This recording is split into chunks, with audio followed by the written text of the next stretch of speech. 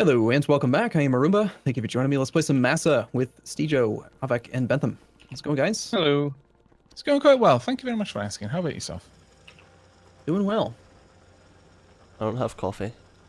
Oh, that is bad. I've run out of milk. That is a dire situation to be true. So, extrapolate my mood from that. My Violent. wellness. I'm gonna go with violent. Yes. So it's even worse than before, where I just didn't get tea made for me. Now there just is no coffee. See, Arumba won't understand what that's a reference to. Or Arumba. You missed out on so much. I did. What did I miss out on? Explain it. I did miss out on so much. Explain You're right. I don't know what we're talking about, though.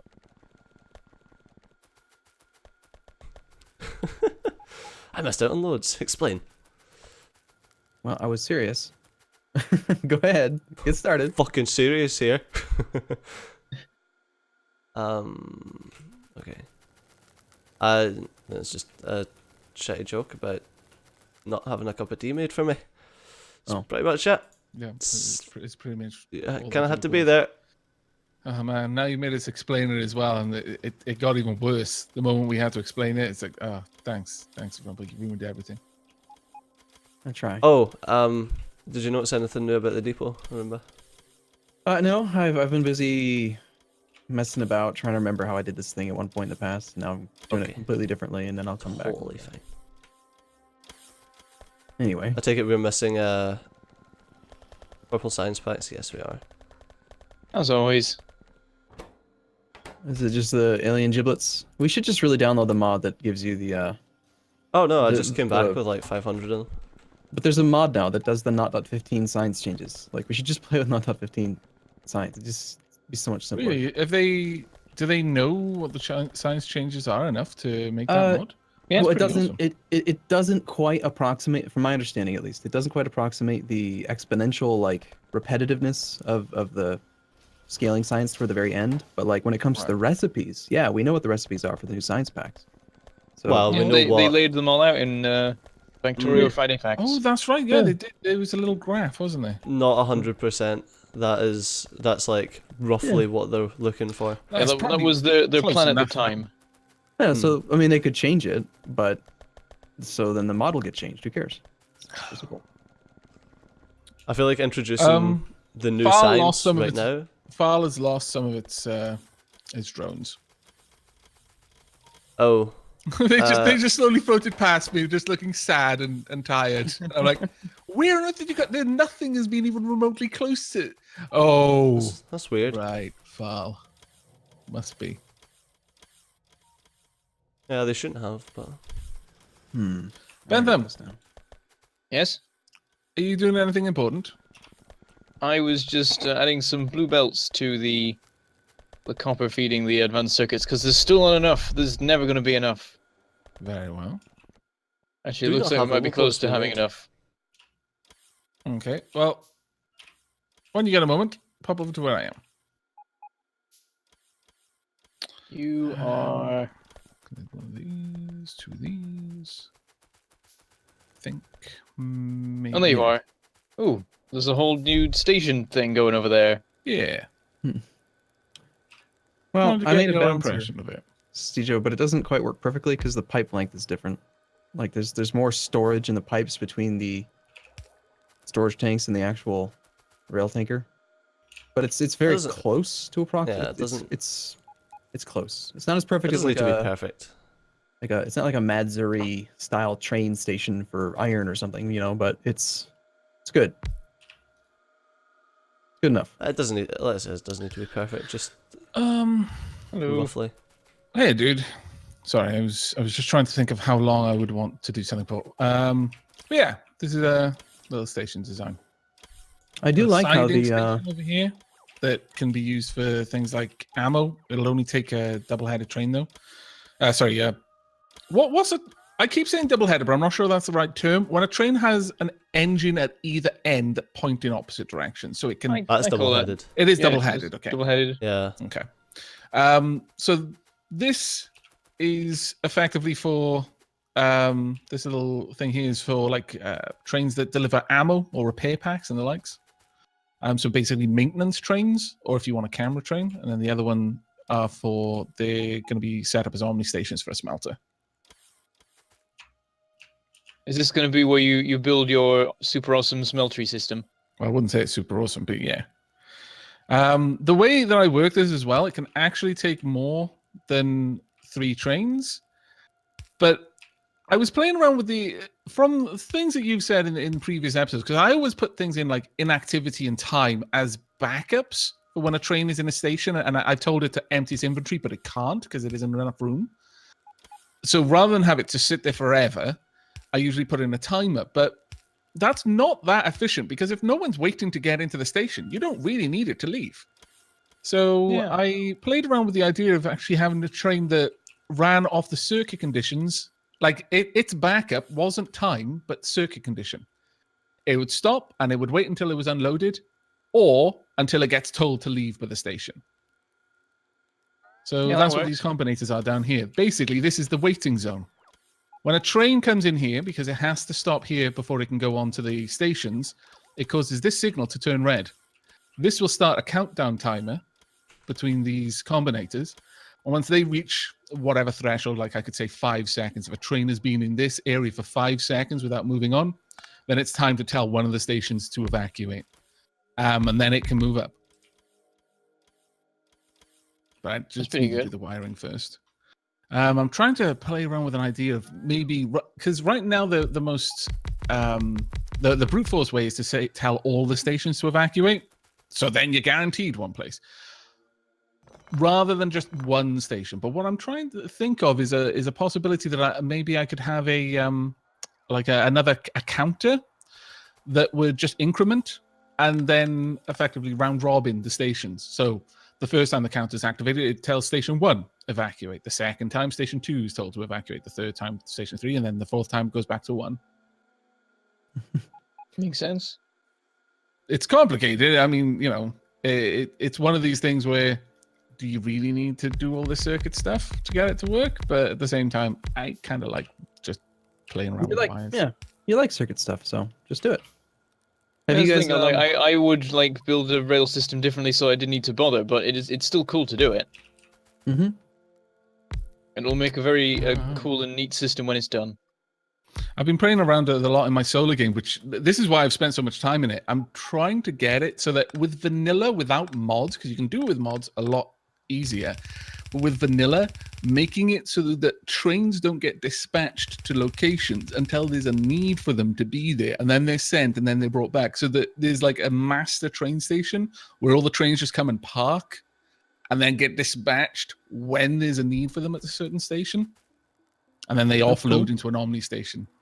Oh, that's pretty much what I done with all of the oil stations in Arumba and I's campaign. It wasn't Factorio, what was the other one, Arumba?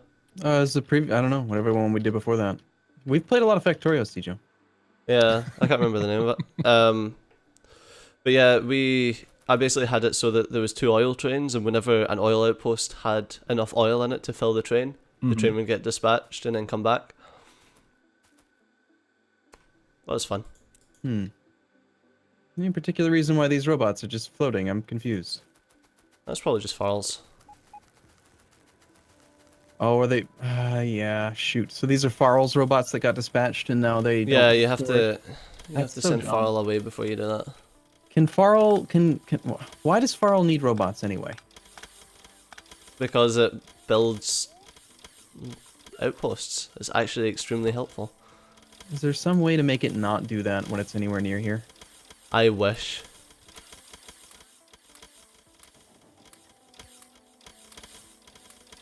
Oh my god. Wow, our robots are starting to get pretty quick and pretty good. Yeah. I like. Yeah.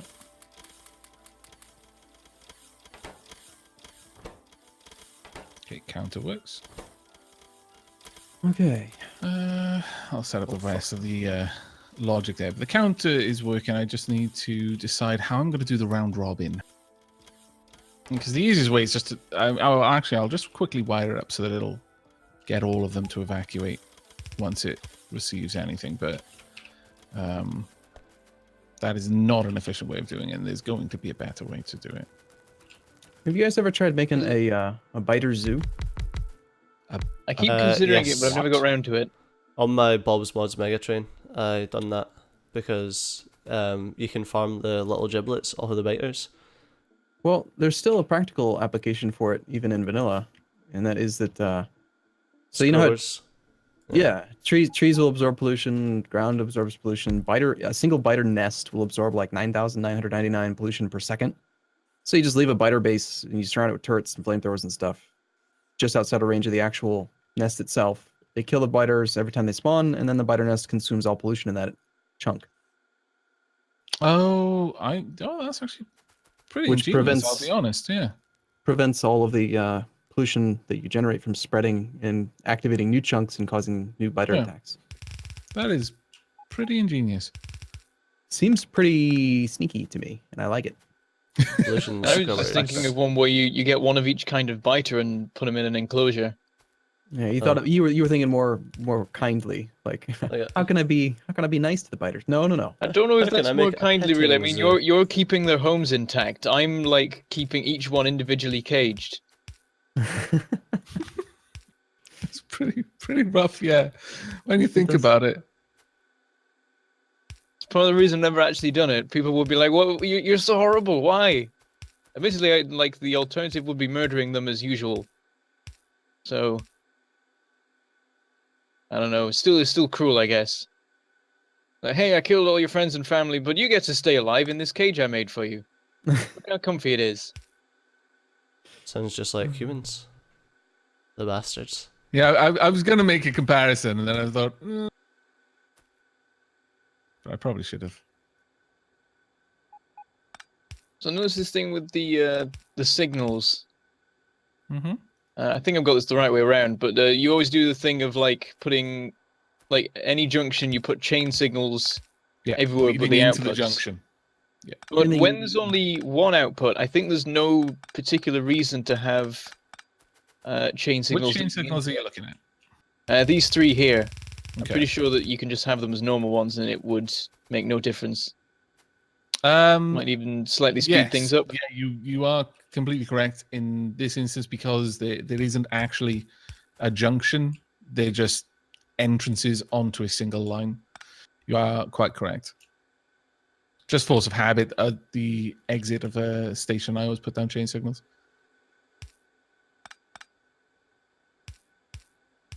This is a good setup here, connecting it up this way. As far as I can tell, it all works. It was just that thing. I But think it's still not that important. It'll just mean that a train would wait in its station until a train was clear of the main junction area, which could potentially fix things if there's some weirdness with the double-headed train. I don't think there would be. Can't imagine it would be, to be honest. I mean, I could even put a signal here, which would mean that as the double-headed train is pulling into the station, it wouldn't prevent these ones from going down. Yeah. On the If whole, there's multiple double-headed trains, I'm not sure. what was it? Sorry.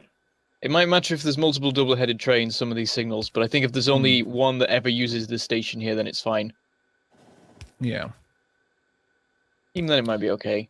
I might just be Now then. trying to find problems in a system that's fine. No, it could definitely. I mean, I'm not sure if chain signals are any slower than the regular signals, but if they are, then this definitely would They're not. benefit. They're not, are they? No. Well, in this case, they could slow things down slightly because I think a train would wait at this signal here until. Actually, oh no, no, it wouldn't make a difference, would it? I think. I've made some beacon smelting. Hooray! I just added beacons and roboports to the Nice. logistic network production system or whatever. Okay. See, I think it makes zero difference whether you have chain signals here or not. It's just that they're not necessary. Yeah. But they cost the same amount of materials, so there's no reason not to go for it. Do they actually cost the same amount of materials? I always assumed they cost a little bit more. I'll be honest. I did as well until I checked it just then.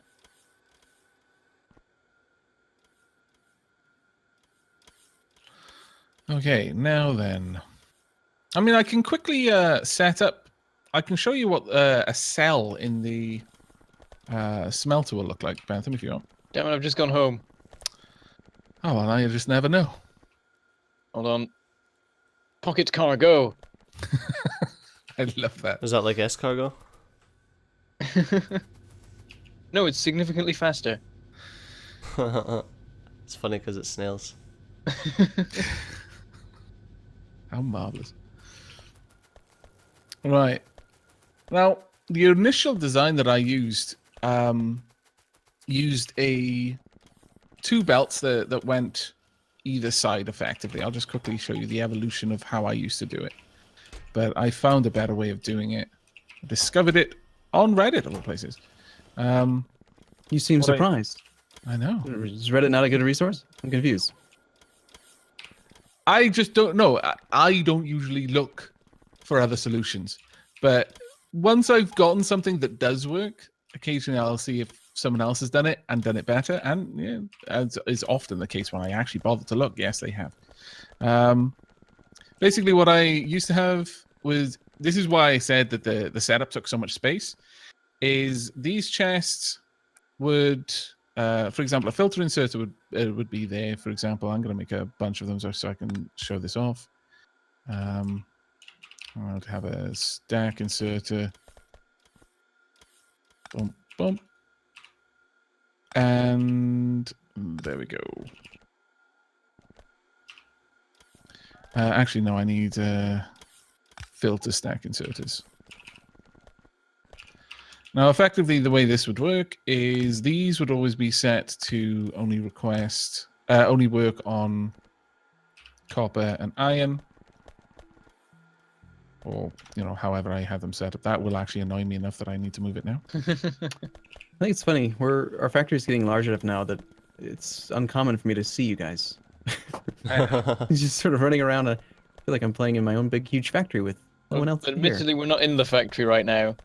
Oh yeah, okay, that's a fair point. We Well, have in This left. new bit. And I won't bother doing the logic wiring, but effectively, the filter inserters were hooked up to the chests, and the green stack inserters as well. Just the regular filter inserters, the purple ones, they would just only pick up iron ore or copper ore, because you only need one of those. It doesn't matter if you jam it into the factory. But the thing with steel and that one actually should be stone. Making steel and brick is you need a specific amount, and as you well know, it can jam the furnace up if you've only loaded part of what you needed in there. Yeah. So the way I set it up was I would wire these up to only work if there was like the ones inserting into the furnaces would wait until there was exactly the amount that they needed before they could activate. And the ones pulling off the belt would stop working the moment they had the amount needed, either in their hand and in the chest, or already in the chest. You'd set them up. Well, actually, I'll show you on one because it is a little bit finangly. But you tell it to read hand content and hold. And for example, you'd say that it's enabled if, in this case, stone is less than, I think it's 2 for brick. So that would be active until there were 2. But because it's holding and reading the hand contents, if there's one in the chest and it picks up one, that satisfies its condition. And because the way the filter inserters work, although it looks like they're just grabbing loads of things at a time, they are still individually picking up each one. They're just deciding to pick up another one before they try to put it in the chest. But the moment it picks up one, it would see that it's already got one in the chest, and its combined inventory is 2, so it wouldn't bother trying to pick up any more. It would put 2 into the chest, and then the filter inserter would lift it out the moment it could see that 2 was there, and would dump it all into the furnace. So we would only get the exact amount that it needed to run one operation at a time. That's cool. I was always wondering how you would get it to. I didn't realize that they had the read hand contents thing, so that you could actually get it to pick up specific stuff. Because that was always the annoying thing about all inserters getting the The stack-based Yes. stuff of like now you can't make something grab one thing, but then I guess they fix that. Yeah. But then I was looking around, and I mean, as you can see, this setup is actually quite big. Although you can run 2 furnaces off it, you're effectively running 2 furnaces off the area of 3 furnaces, which isn't ideal. This one only shaves off a little tiny bit of room. But well, it's more that you can fit more in a block rather than the method that I was using. They scale a little bit better. I think it actually does in the end use up more room, but it just looks better. And frankly, that's something I care about more. So literally you just have it set up like this with exactly the same conditions, but it would just be pulling from a belt, putting it in the chest. The filter inserter would be set to a condition of if there are 10 things in the chest, then stop working.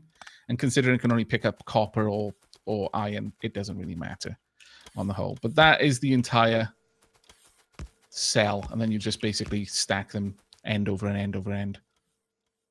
That's the same amount of space, isn't it? Or more, maybe? It's a little bit more. Because this way, Oh. each furnace uses the space of 2 furnaces. But you can stack them closer together and they work a little bit nicer. Whereas the other, like for example, let me give you an It example. works here. nicer with the belts being. You can do this with considered. this design, whereas I the see. other one that I used had to have the belt running down the other side because I was only pulling like iron from the left side, or rather in this case, iron plates from the bottom and stone from the top. So you had to have the belts running either side. So it wasn't as neat in the way you could lay it out, whereas this just looks a little bit better. But it does, Yeah, that now makes I'm sense. looking at it, actually take a little tiny bit more room. There you go. I made some more production for I'll make a blueprint. for this. modules. Well, the way this one works, it like every single square is being used. Yeah, Because it actually causes exactly. trouble for like supplying power, and you got to make gaps so you can fit the power. Yes, that is the downside to this particular design. I mean, maybe I'll set up part of the smelter with this one and part of the smelter with the other design, and I'll just actually properly watch the way they work and see which one I prefer. But for now, At the end of the day, the space isn't that important. I mean, we've got this huge, like this patch. There's no bounding on this until you go miles north to a bit of sea.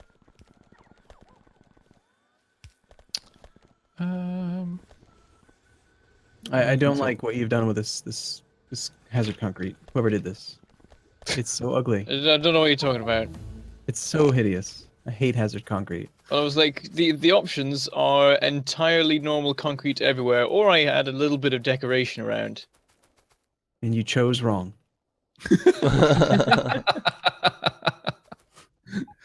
Oh, so confident, Arumba, so confident. Well, he did. Can't you see it? It's so hideous. Anyway. Well, I just I guess, want to use it and make things a little bit more decorated, but I don't know where to put the hazard concrete. I guess you just surround things with it in I like don't know, a one wide gap thing. I suppose So there you are say, times oh, where... don't stand too close to this machine, it's hazardous, and so on. There are times where it can be not hideous, but it doesn't look I very think good. it works right when you now. put them around like rocket silos and stuff. Yeah. That always looks cool. Should probably wrap up though. Yeah, we're Yeah. over time.